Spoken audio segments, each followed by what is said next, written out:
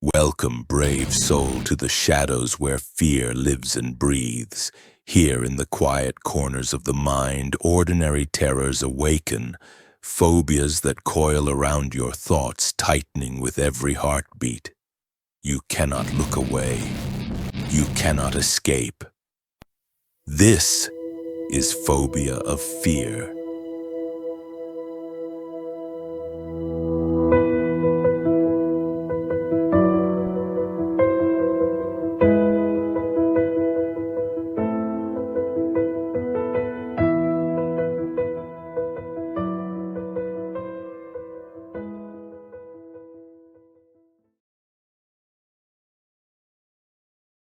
My name is Harlan Voss, and I've coordinated more searches in Rocky Mountain National Park than I care to count. 2 decades pulling bodies from crevasses and coyote scat, the kind of work that turns your stomach to stone. We deal in the predictable: altitude sickness, dumbass selfies off ledges, grizzlies with attitudes. But the Atadero boy, that one cracked me open like a geode, spilling out questions that still echo in the aspens at night. It was September '99, the shoulder season, when the leaves turn gold and the tourists thin out, leaving the park to whisper its own secrets. The call came at dawn. 3-year-old Alan Atadero, strawberry blonde curls and a backpack bigger than him, had wandered off on the Craig's Trail with his dad and a church group. Rick Atadero, good man, racked with guilt, said the kid was right there at 1 second, giggling in a blueberry thicket the group called the Joke Spot for its pathetic cover, chest high at most, barely enough to hide a rabbit. He was picking berries, Harlan, Rick choked over the radio. Turned my back for 30 seconds to snap a photo. Gone. 30 seconds. In a thicket no deeper than a sandbox, ringed by an open granite slope. No screams, no rustle, just nothing. We mobilized fast. Dirty volunteers, 6 K9 units, choppers dumping overhead. The dogs hit the scent immediately, loping up the trail like bloodhounds on a promise. That's when they balked, all of them, at the 500-foot mark, ears flat, tails tucked, whining like I'd never heard. The lead handler, O'Peak with his German Shepherd Max, knelt and sniffed the air himself. "Smells clean, Harlan," he muttered, face twisting. "Too clean, like fresh rain on hot steel, ozone bite, no dirt, no boy." The air did feel off. A sudden drop, 5 degrees cooler in that pocket, the pine resin sharpening to something metallic, like fear distilled. We pushed on foot, fanning out, calling Alan, until our voices shredded. By dusk, nothing. Just the mountains mocking us with their shimmer, aspens gold against the evergreens swallowing the sun. Day 2 we went vertical. That's when Lena, one of the climbers, radioed from the ridge. "Harlan, you need to see this." 800 feet up, a near vertical maze of granite where a mountain goat would think twice. No trail, no sane path for a toddler. She held a pair of child-sized hiking shoes, laces neatly tied, toes pointing trailward like they'd been placed for us to find. No socks, no prints below, the rock face scraped clean by wind or worse. "He couldn't have climbed this," I said, hauling up the rope, my gut churning. "Not in 30 seconds, not ever." The thicket below, we'd combed it stem by stem. No drag marks, no berries crushed under tiny feet. It was as if the slope had exhaled him upward, a puff of boy into the clouds. We never found him alive, but 4 years later, in spring '03, hikers stumbled on bones in that same thicket, scattered, but without the puncture marks of a coyote or the heavy scrapes of a bear. They looked bleached and moved, as if gathered by careful hands, then dropped in casual dismissal. The ME's report hit my desk like a gut punch. Partial skull, femur wrapped in synthetic fibers from a shirt, woven tight as if the fabric had tried to hold him together, stitching boy to earth in a final, futile embrace. No cause of death, they said, exposure. But the height, the shoes, the dog's balk, Park Service buried it under animal activity, but I saw the files. Alan's day pack turned up a mile away, zipper open, a single blueberry inside, uncrushed.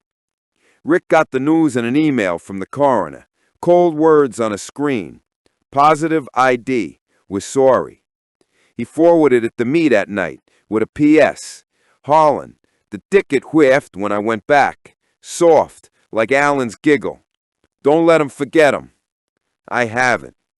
If you hike in the crags with kids, count heads every breath. And if a thicket whispers your name, run. The mountains don't lose children. They keep 'em. I'm Dr. Alara Kane, wildlife investigator for the U.S. Forest Service, chasing tracks in the Sierras for 15 years, elusive wolverines, poacher snares, the occasional Bigfoot hoax for the tourists. We map the chaos, avalanches carving couloirs, black bears denning in hollows. But Maurice, damn it, he was chaos inverted, order in the wild where none should exist. It was November '73. Early snow dusting the emigrant wilderness when the retiree from Indiana vanished on a solo loop near Relief Reservoir. 71 years old, fit for his age, but no survival gear beyond a pack and parka.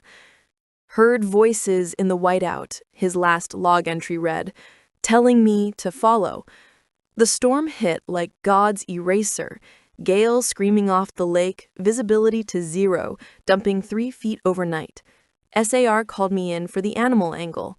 Had a cougar dragged him, wolves, but the dogs wouldn't cross the ridgeline. Fur bristling, noses lifted to a scent like sweet rot, one handler swore.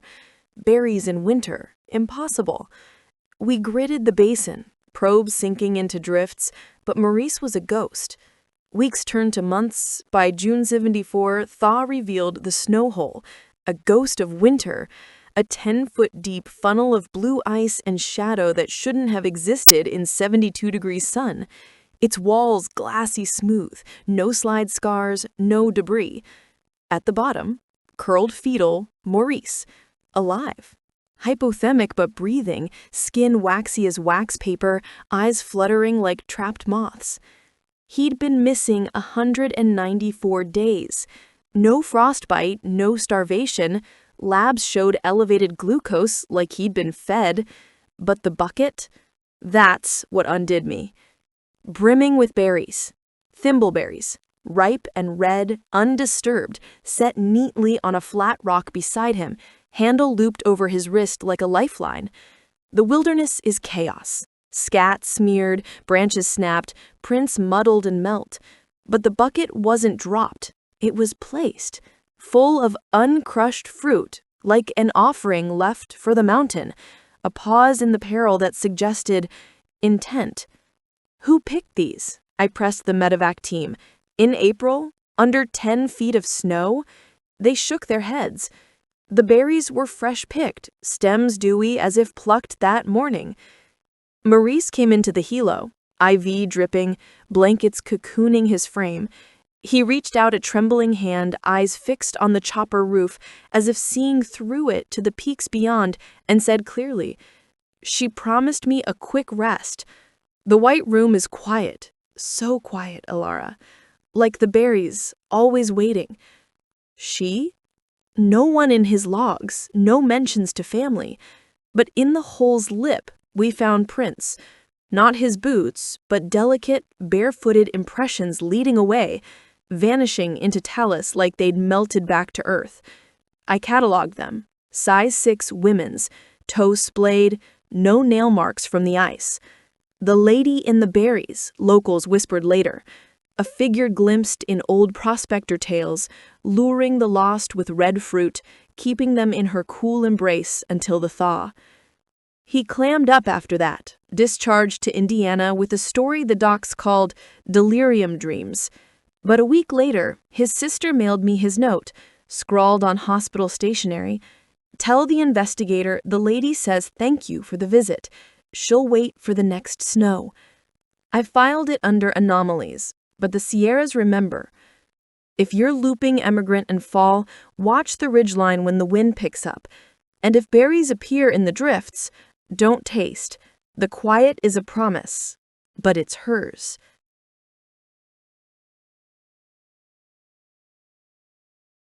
Detective Lars Hagen here, homicide for the Michigan State Police. The guy they call when the lake shore spits up bodies tangled in nets or bloated from the undertow. I've chased perps from Detroit alleys to UP Taiga, but Stephen Kubacki, that runner didn't die. He traveled in ways that make my case files look like fairy tales. January 78, a nor'easter clawing Lake Michigan's eastern shore when the 21-year-old grad student from Western Michigan U laced up for his ritual jog on the frozen beach near Saugatuck. Athletic build, no enemies, just a guy pounding sand to shake off thesis stress. His car? Parked at the trailhead, keys in the ignition, radio tuned to a classical station, one he never listened to, box cello suites, droning low like a dirge. A tiny shift in his routine, a quiet signal that something had soured the air even before he hit the ice. The gale was biblical, 50-knot winds scouring the shore, snow a whiteout wall, temps plunging to -10. Stephen's folks called it in at midnight, no show for dinner, phone dead. We launched SAR at dawn, divers probing the black water, trackers on snowshoes, choppers slicing the murk. No prints. The storm's canvas was blank. Even a hurricane leaves a trace, scuffs, debris, a shoelace whipping free. But the beach? Pristine, as if Stephen hadn't walked away. He was lifted. Half a mile down, his clothes, not a tangle, not stripped in hypothermic frenzy, but a stack. Military corners on the folded shirt, jeans creased neat as a tailor's dummy, socks tucked inside boots like a gift wrap, underwear missing, socks pristine, no sand grit, no melt stains. The gale should have shredded them, scattered them like confetti. Instead, ceremonial. Transactional, like he'd bartered his skin for safe passage.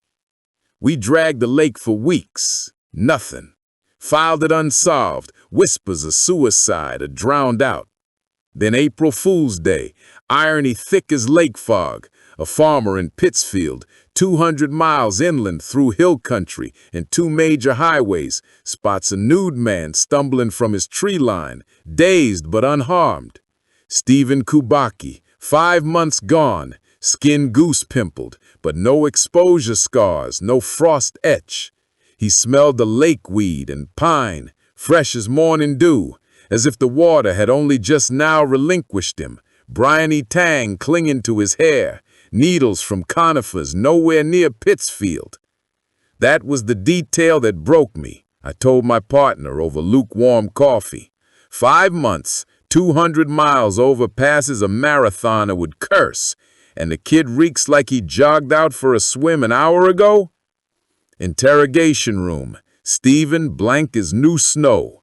No memory post-lake edge, just cold pull, then quiet. Hypnosis pulled fragments, a current under the ice, voices humming Bach, hands, cold, insistent, peeling his layers. They needed the shell to cross, he murmured, eyes distant. His folks scooped him up, therapy bills piling, but a postcard arrived at the station weeks later, postmarked Saugatuck. Thanks for looking, detective. The shore's clean now. Don't follow the music.